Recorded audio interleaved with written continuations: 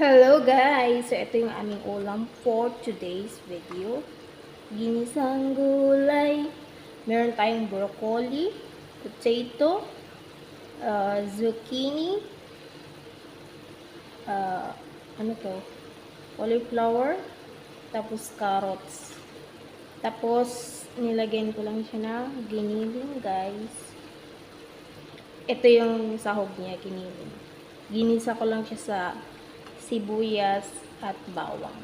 Tapos tinagyan ko siya ng seasoning like magic sarap.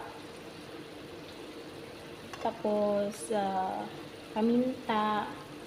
Tapos chili powder na konti. Ayan. Luto na to guys yung broccoli natin. Pero yung patatas hindi pa siya luto. Para makulay ang buhay sa ginisang gulay. Diba? So, magugulay lang tayo, guys. So, dahil nagle-less ako ngayon ng rice, hindi ako kumakain ng rice, kaya gulay. At lalagyan ko siya ng konting toyo. Kasi wala akong toyo. Charis.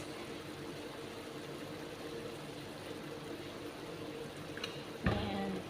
Konti lang siya, parang may konting kulay yung ating ulam. Makulay na siya, pero lagyan natin ng konti. Para hindi naman siya boring. Kainin. Charis.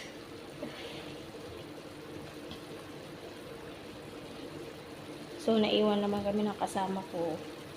Kaya, ito yung aming ulam. Gulay. Nakakasawa din kasi yung puro manok. Kahapon manok. Nakaraang araw manok. Ito lang kasi yung available na gulay, guys. Ito yung mga gulay nila lang. So, namimiss ko na yung ibang mga gulay. Kung pupunta ka sa mall kasi, guys, sa malaking mall, dun ka makakakita ng maraming gulay. Yung supermarket dito sa tabi ng bahay namin, ganito lang yung mga gulay niya. Patatas, ganyan. Karamihan patatas, carrots. Yan yung madalas ko lang makikita. Tsaka mga zucchini. Mahirap makahanap ng ampalaya, ng sitaw.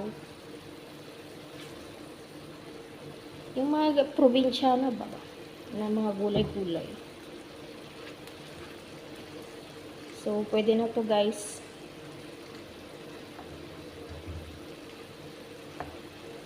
Okay na yung toyo.